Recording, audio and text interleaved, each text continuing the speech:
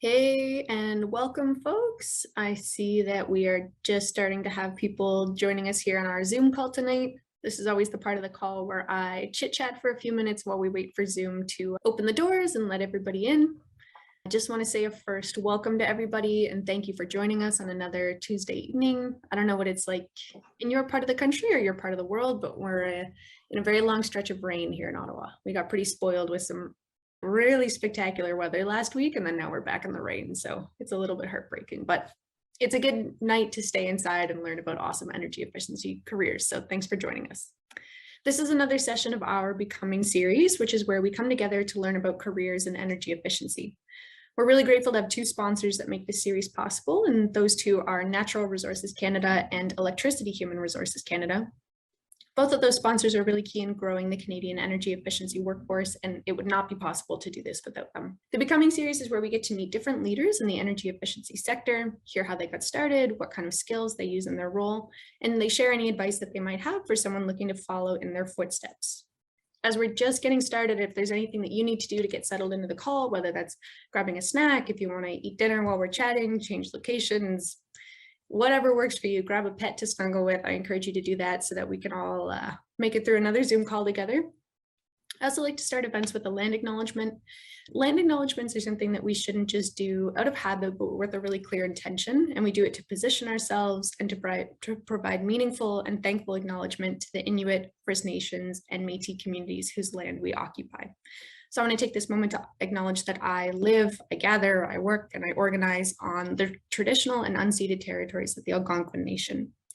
I also acknowledge how I, as a settler, still benefit from the systems of injustice that Canada upholds. Please feel encouraged, if it's comfortable for you, if it's something you want to share your own thoughts or land acknowledgement in the chat. After the event, I'd also encourage you to join us on the Discovery Hub, which is a really great platform for finding careers, finding training, very soon we're going to have a job board on there. You can explore different roles in energy efficiency, see who's already in those roles, connect with them to learn more.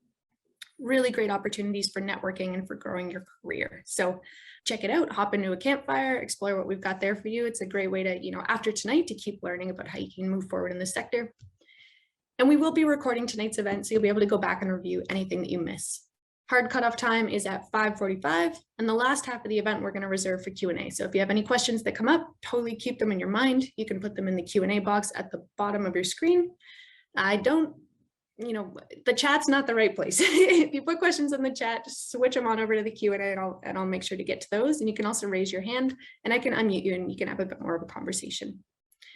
This week's speaker is Abraham. Abraham is a Natural Resources Canada experienced registered energy advisor and quality assurance specialist. He's also a CHBA net zero energy advisor. He's really passionate about eradicating energy poverty, which I'm sure he'll tell you more about exactly what that means, educating homeowners on energy efficiency upgrades, and providing clear, detailed retrofit scope of work for builders and renovators. So over to you, Abraham, to talk more about yourself and your work. Thank you so much, Kirsten. Thank you for the introduction. Good day, everybody. Welcome. And yeah, I have a quick slide that Kirsten told me to pull up, so I'll do that for her. But after that, I'm just going to be talking about myself. And I think it's about 20 minutes. And then please do ask questions because I would love to engage more with all the audience here. Ask questions, and then we can discuss more about it afterwards. So that's me, Abraham Wairisal. I'm National Manager at Ecofitt Corporation. I'll tell you a little bit more about what I do at Ecofitt, and then I'll move on to my educational background that really got me into where I am today. And then a little bit more about work experience, because I'm only at Ecofitt Corporation for about 8 months now. And prior to that, 6 years of working in different roles and how I got to this manager position. And then last but not least, I'll talk about lessons learned, about what I think is the best, what are, I guess, the lessons that I myself learned. My career coach likes to call it SWIKE, stuff I wish I knew earlier. So if I can help you to recognize those things earlier, that might help you in your career progression. Okay, I'll stop sharing my screen because then you can see me. I think you can see me. So where am I now? So I'm at Ecofitt Corporation, and I'm the National Manager for Energy Advisors. As Kirsten mentioned, I'm a Natural Resource Canada registered energy advisor, and I've been in this industry for about 6 years now. And what does a registered energy advisor do? So there's two streams. One, the stream that I'm in is the existing homes, existing single family homes energy advisor. When people ask me, what exactly do you do, Abraham? I tell them, I go to people's houses and make a mess in their house. I was just in a client's home early this week, no, late last week. I opened up the attic and to check the insulation up there, and a whole ton of cellulose insulation got on me. I had to dust myself in the closet. It was pretty embarrassing, but that's what I do. I make a mess in people's homes. And then not only that, I also drill holes in walls to check for the insulation behind it. Believe it or not, a lot of the Toronto homes was built in 1900 to 1950. There's no insulation in them. Every time I drill a hole and say there's no insulation, I think to myself, was Canada not cold? You know, into the 1900s, what happened? But I think energy was really cheap back then, so people just didn't really care if they had their oil furnace running the whole day in the winter time. Anyway, so what am I doing here in Ecofitt is I'm also the program manager for the low-income programs. So what that means is Ontario, the IESO and the Enbridge, our beloved gas utility, they have the low-income programs for income-eligible participants, income-eligible Ontarians. So if you own a home and you are below the income threshold, you can actually qualify for free basic measures. So that's light bulbs, drying racks, power bars, free appliances replacement if your appliances are 10 years or older. You can get free appliances. So fridge, freezer, Windows AC, dehumidifier, and also free insulation.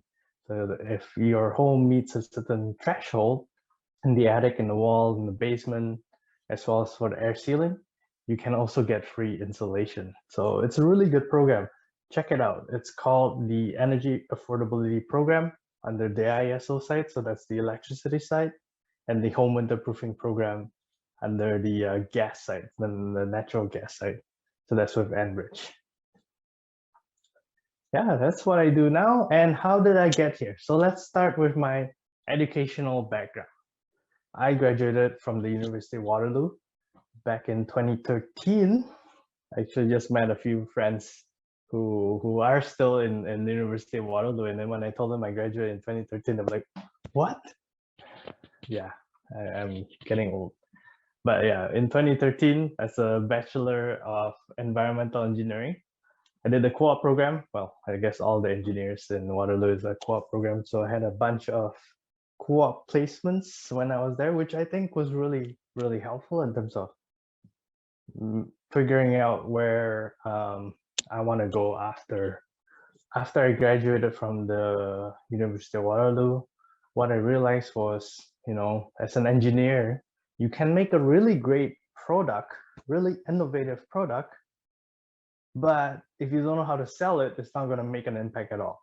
It's just going to sit on the shelf somewhere, right? So I decided that, hey, you know what? Let's delve a little bit in the business side of things. So I took a master's in social and sustainable business management in Seattle Pacific University. And that was when I really found out about green buildings. I toured, in my program, we toured the Bullitt Center, which is the world's greenest building, greenest commercial building. And it's part of the Living Building Challenge. So what I really felt when I was there was stepping into the building. It didn't feel like I was stepping into a non-living thing. It felt like I was walking into something that's breathing, living, and giving back to the community. And I was like, wow, this is very interesting. Before that, even though I studied in environmental engineering, And in University of Waterloo, one of my biggest regrets is not taking their building science courses, because they have a really good professor, John Straub, who's one of the top guys in building science. But anyways, don't worry about my regrets. But yeah, that's when I realized, okay, I want to get into the green building industry. So after graduating from the master's degree, I got a job. Okay, this is touching a little bit towards my work experience, but I got a job with Deloitte in their consulting, management consulting, as a climate and sustainability consultant, climate change and sustainability consultant.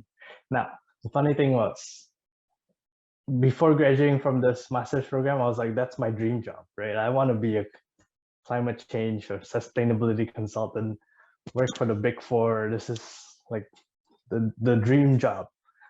But when I stepped into it, when I actually did the work, I was like, nah, this is not what I want to do.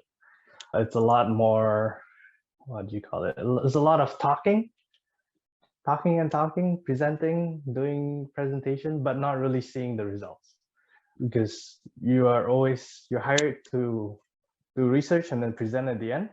And then the implementation, the clients will do the implementation, right? So a lot of the times I feel like, am I really making an impact here? Is what I'm doing making a meaningful impact in the world? And I didn't feel like it. Okay, let's table that. And then this is also the time when I was doing my master's in civil engineering in the U of T. And this time around, I did the building specialization, which was really, really interesting because it got me to understand the entire building envelope of a building. At the time, I didn't know that I was going to get into towards the residential side of things, so the single family homes. I thought I was going to look into something more in the commercial and the industrial side of things. But okay, so that's my educational background. Now moving on to my work experience, I've talked to you about my Deloitte experience, and I was there only for a year because I realized at the end of the year, this is not really what I want to do. I want to do something more hands-on, more meaningful. So in a classic 180 degrees turn, after my Deloitte position, I went to Tanzania as a volunteer, as an environmental advisor. And this was very hands-on. I was in the chicken farm, digging holes to make compost out of chicken poop. So very sweaty, but I really, really enjoyed it because I'm giving back to the community, and the people there were super, super fun. Plus, I get to live in a nice house right 5 minutes away from the beach. That was really interesting. Very, very fun 6 months of my life. Really enjoyed it.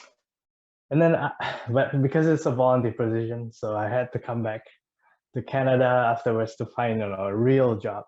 I guess I couldn't stay in Tanzania for too long. That's when I came into Greensaver.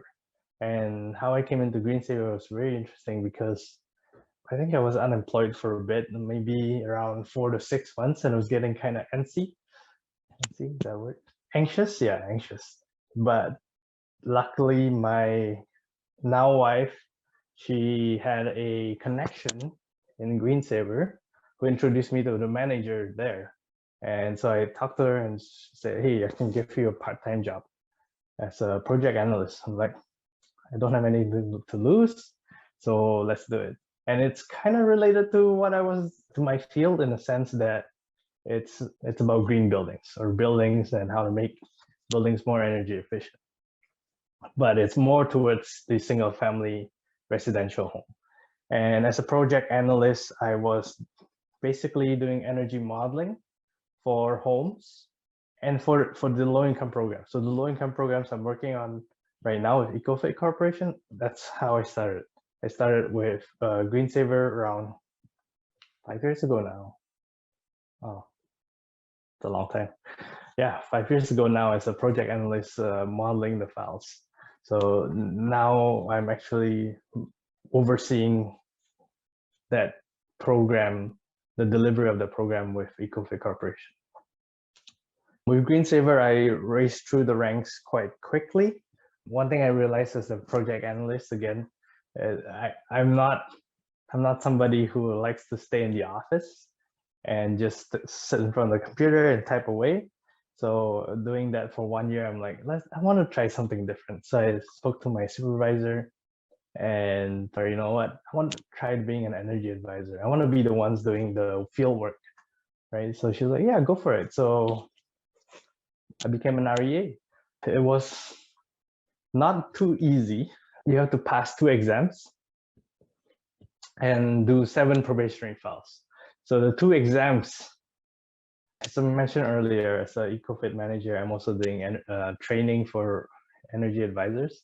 And these 2 exams are the most difficult exams to pass. In theory, they're quite easy, 150 MCQ questions, multiple choice questions. You get 3 hours to do them. But in practice, NRCan really likes to word it in such a way that they try to trick you. So it's not the easiest exams to pass. If you have any questions, you need any materials, if you're looking to be an REA, come talk to me. I can walk you through on how best to prepare for this exam. The best way to me is just keep doing the exam. Even though you fail, just keep doing it, because then it registers how they try to trick you. Anyways, so I became an REA for, well, I'm still an REA, but I did energy audits for Green Saver for about 1.5 years. And it was more of a, well, I guess a hybrid, but not the kind of hybrid, the after COVID hybrid. It's more of I work in the office for 3 days and then work in the field for 2 days, which I really enjoy because it adds a variety to my work. The only problem is that the 3 days spent in the office is just spent on catching up on my paperwork that I did in the field. So it's not that great, but it was a really good experience. I really enjoyed meeting people, educating homeowners, because a lot of the times homeowners, unfortunately, they don't know what's in the walls in their homes, it's in the attic of their homes. You know, what really pains me is when I see that homeowners go through a major renovation in their house, tear down the lath and plaster or the drywall, and then put a drywall on without insulating the uninsulated walls. I'm like, the next time you're gonna tear down that wall is probably 50 years from now. So this is the perfect opportunity for you to insulate that wall, and you just missed that opportunity. So I hurt for you. My heart hurts for you. But yeah, so educating homeowners, you know, what is best for your home? How can you add more insulation to your homes? How can you avoid burning more natural gas than what you have to? Plus, you know, you generally do not want to be heating the outside air, because if you have a very leaky home, that's essentially what you're doing. You're heating the outside air, and that's not good. So that's me as Green Saver. Oh, and then after that 1.5 years of audit work, my supervisor, manager at that time called me back to the office, say, hey, Abraham, we need you to manage the energy advisors. So that's what I did for a good 2-3 years. Yeah. And then recently, late August last year, I moved to Ecofitt Corporation with the general idea of me being the national manager to manage energy advisors across Canada. With Green Saver, it was only in Ontario, but with Ecofitt, we have advisors in BC and Newfoundland. Actually, I'm heading out to Nain, Newfoundland next month in July, 2 months from now. So I'm really looking forward to that. So yes, with Ecofitt, it's a bigger corporation. We have programs across Canada.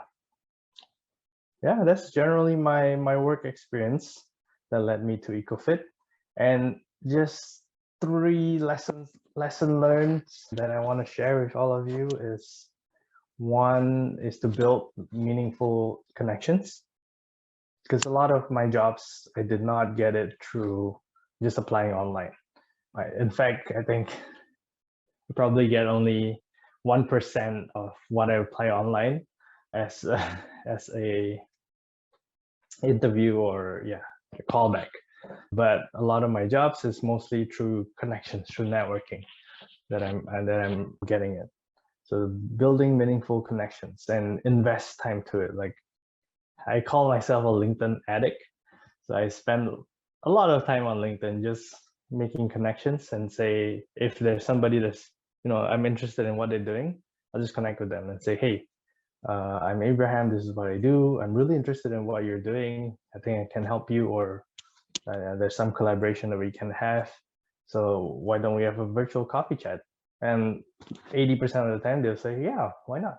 So I think that's one thing that I would encourage all of you to do. And feel free to connect with me on LinkedIn. And the next lesson learned is, do not romanticize a position. I think that's what happened to me with Deloitte. I was thinking, oh, work for a big four, get paid a lot of money and do good work. But when I stepped into it, it was not what I had expected. So what I always recommend, and this is going back to point number one, building meaningful connections. If you are looking for a job, if you think you know what your dream job is, find people in that job to actually talk to. Because reading job descriptions, you can't really picture what the day-to-day looks like. But when you talk to somebody who's doing that position, that's really when you get to know, okay, this is what you do on a day-to-day basis. I see. You can hear from them what their experience is doing the job.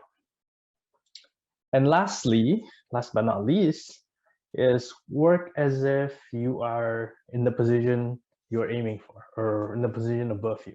So say you're hired as a project analyst. You want to be thinking, okay, how can I work as a team lead or a supervisor?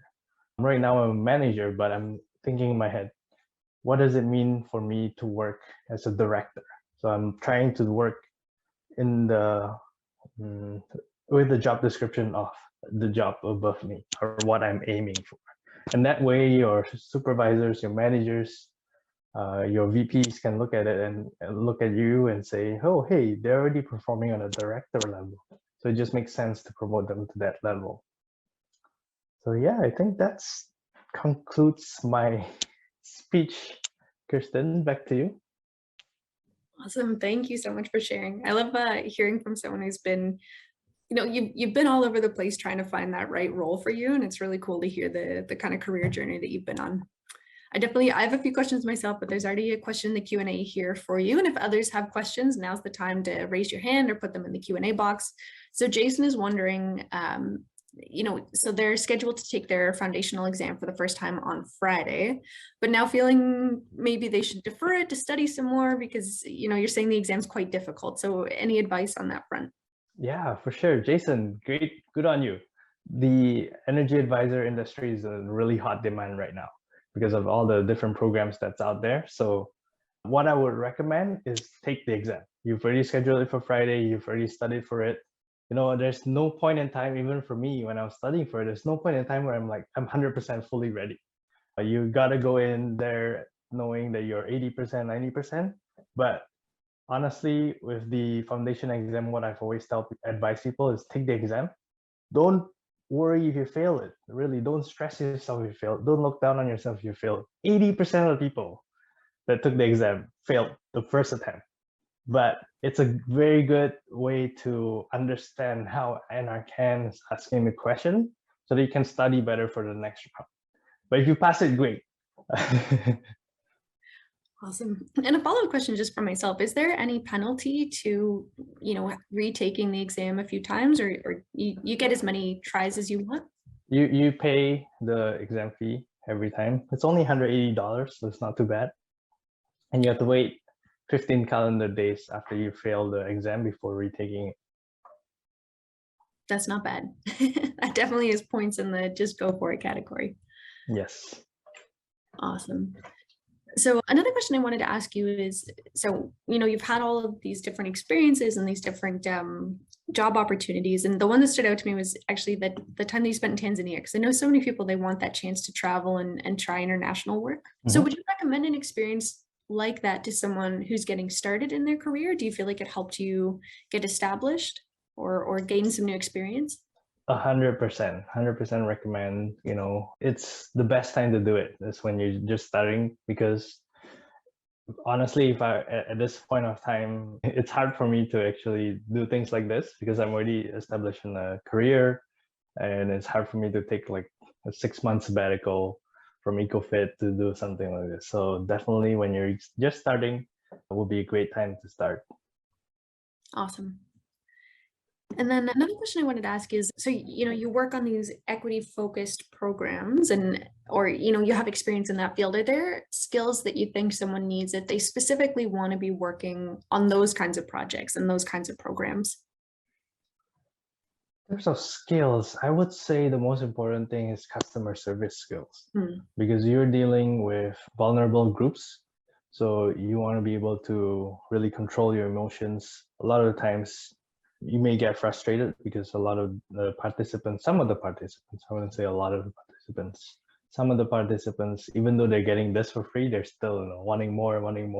And sometimes you get frustrated. I'm giving this for you for free. Why are you complaining? Blah, blah, blah. But you really have to understand and be a good customer service, provide a good customer service to this demographic. And to me, it really helps because I believe in what I'm doing. Like, I'm really trying to get energy poverty down to 0 for Ontario. Well, okay, we only have Toronto and Northern Ontario, but as much as we can help these low income or income eligible participants is better. One of the participants that I actually did the audit for the first participant for Toronto and for Ecofitt, and they were debating. Their struggle was either to pay the energy bills or put food on the table for their 3 kids. I'm like, nobody should face that kind of decisions, right? So definitely I think that will help in terms of, I guess, it's not really a skill, but compassion really helps. I think it is, you can work on being compassionate. It's a soft skill that you can definitely develop. And I think that believing in the mission and having that compassion and the customer service for the people you're working with, that's a perfect answer. That makes a lot of sense.